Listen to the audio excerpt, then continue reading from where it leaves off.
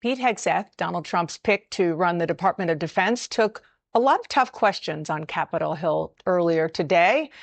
Despite that, CNN has learned that President-elect Donald Trump's team is in good spirits. They see the warm reception that he received from Republican senators as a very good sign. I want to discuss that.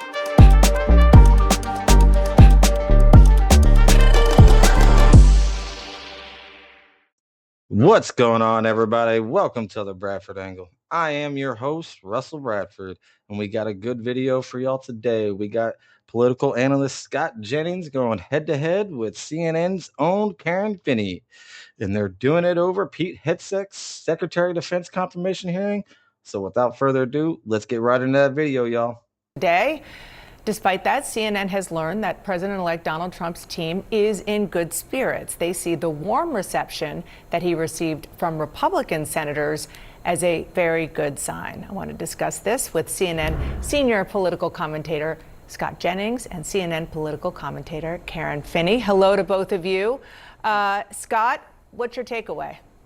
Well, in short, I think Pete Hegseth kicked their asses today. I mean, it wasn't even close. They didn't lay a glove on Hegseth. No mistakes, calm, cool, collected. I mean, before the thing even started, you had this like Code Pink, protester freak show trying to disrupt the hearing. That's the Democratic base, by the way, which probably explains why the Democrats on the committee acted in such a bizarre and unprofessional way. I was appalled at some of the way these senators handled themselves and some of the lines of questioning. I mean, Tim Kaine sounded like a sex pervert in his questioning of Pete Hegseth. Blumenthal, who lied about his service in Vietnam, questioning Hegseth's qualifications. You had Gillibrand, you had Warren, you had Hirono going on unhinged rants about things. Angus King obviously doesn't understand what it's like to fight terrorism. On and on and on. Hegseth was cool in the face of this unhinged questioning. They made him look good today. It would be difficult for a Republican to vote against Hegseth after the Democrats' unseemly mudslinging today. Karen? And, Scott Jennings is 110% correct with that. Tim Kaine's, just the line of questioning that he did was just reprehensible. Who are you to question this man's personal, relationships with other people? Like, what does that have to do with being Secretary of Defense? Nothing at all. And then Elizabeth Warren, don't even get me started on that woman. She's just living out in outer space while the rest of us are down here on Earth, And did anyone else notice the eye rolls from Karen Finney? Kind of funny, right? Like, given what you're about to say. Well, look, it was as performative as these hearings ever get. Republicans do it to Democrats, Democrats do it to Republicans. So that happens on all sides. Look, overall, though, clearly Hegseth was well prepared. And it was clear Democrats recognized that, given that there was some clearly concern that he wouldn't be able to handle more than one round of questioning, they were clearly trying to get certain things on the record. Personally, the comms person in me would have framed it differently. I would have talked about a number of these issues, both based on his writings, which at one point they were trying to do that. That was part of the strategy, but really in the context of the modern military, because the reality is, as military leaders will tell you, climate change is a national security concern. It's real. It is a threat to our. That's just hilarious to me, given the fact that, I'm pretty sure military leaders aren't worried about the climate change, as far as a national security threat, and, if you're wondering what I'm basing that off of, it's my own military experience. I have 10 plus years in the United States Army as a combat armed soldier. And I can tell you, leaders being in the military, they're not worried about climate control, climate change, climate control, none of that. That is not a national security threat. If anything, it's a world problem, not a United States of America problem. So that's just pure irony that she's, sitting there saying that the modern military, what does that even mean? Do you even have an understanding of what that means? I don't think she does. But it gets a little better. So I'm gonna let the guys watch the rest, and then we're going to go through a little bit at the end of the video. Our forces is a threat to our bases, is a threat to our readiness.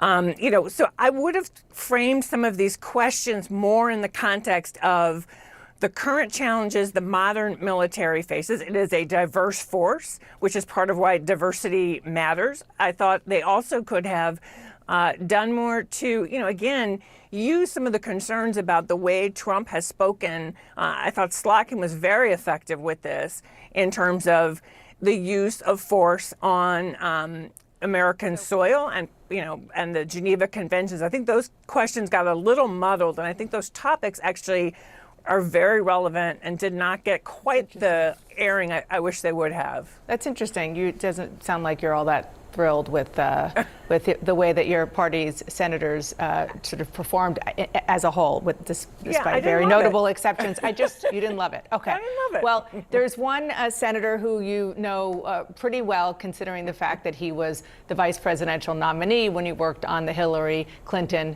Tim Kaine presidential campaign. Because Scott mentioned this, I do want to run part of what Tim Kaine said in his line of questioning. And then on the backside, I want to listen to Mark Wayne Mullen, a Republican senator who's very close with Pete Hegseth, said as a counter. Many of your work colleagues have said that you show up for work under the influence of alcohol or drunk. I know you've denied that, but you would agree with me, right, that if that was the case, that would be disqualifying for somebody to be Secretary of Defense. Senator, those are all anonymous false claims, and the totality They're not anonymous. We have seen records with names attached to all of these, including the name of your own mother. So don't make this into some anonymous press thing. The senator from Virginia starts bringing up the fact that what if you showed up drunk to your job? How many senators have showed up drunk to vote at night? Have any of you guys asked them to step down and resign from their job? And don't tell me you haven't seen it, because I know you have. And then how many senators do you know have got a divorce before cheating on their wives? Did you ask them to step down? No. But it's for show. You guys make sure you make a big show and point out the hypocrisy because a man's made a mistake. Karen? So here's what I thought was interesting about that, and Mark Kelly tried to get to that. First of all, Tim Kaine, he came, loaded with the questions he wanted to ask. He has a son who served in the military, so obviously he takes a lot of this very seriously in terms of the expectations we have of our members should be the same expectations and standards we hold the secretary to. I don't think he was wrong on that. But I thought Mark Kelly did a little bit of a better job kind of teasing some of that out and trying to get more underneath some of the substance of that question in terms of, he said, well, you've said you have made mistakes, but you're not willing to tell us what the mistakes are. I thought that was another way to kind of go at that question. And Scott, before I let you guys go, did you have any concern about the sort of lack of answers on some of the really important policy issues that he will have to face as defense secretary, or even information about treaties like ASEAN? No, I don't have any concerns about anything he did today. I thought he specifically answered the questions he needed to. And some of this stuff is going to be set by the President of the United States and the President's National Security Council advisors and staff. I mean, he's not a one-man show. Secretary of Defense is important, but there's a whole national security team. I don't think Hegseth or anyone else from one of these kinds of positions should go to the table and act like they're going to unilaterally set policy. So I think he handled himself well today. I think Democrats had maybe built up in their mind that he was going to be a low performer. They lowered the bar, but he far jumped over any expectations they had said. And I just want to say one thing about Karen's comment. She made some great points. She raised some issues that Democrats obviously care about. These are important issues. I agree with her that maybe they did deserve a little more questioning today, which is why it's all the more puzzling why a Tim Kaine, who's worked for the Clintons or campaigned with him, who campaigned with Doug Emhoff, decided to spend 8 minutes. The vice presidential nominee of our country. So due respect, please. So he's supported some of these folks, and then he decided to spend 8 minutes on the granular details of this man's sex life. I mean, it was embarrassing for the Democratic Party today, particularly coming from Kaine. So I think Karen has it right. They did not do a good job. They totally whiffed on this, and they made it more, not less likely, that Hegseth's going to be confirmed. Well, it seemed as though that was the writing was on the wall, even going into this hearing. Yeah. but I appreciate both of you coming on and giving me and our viewers your expertise.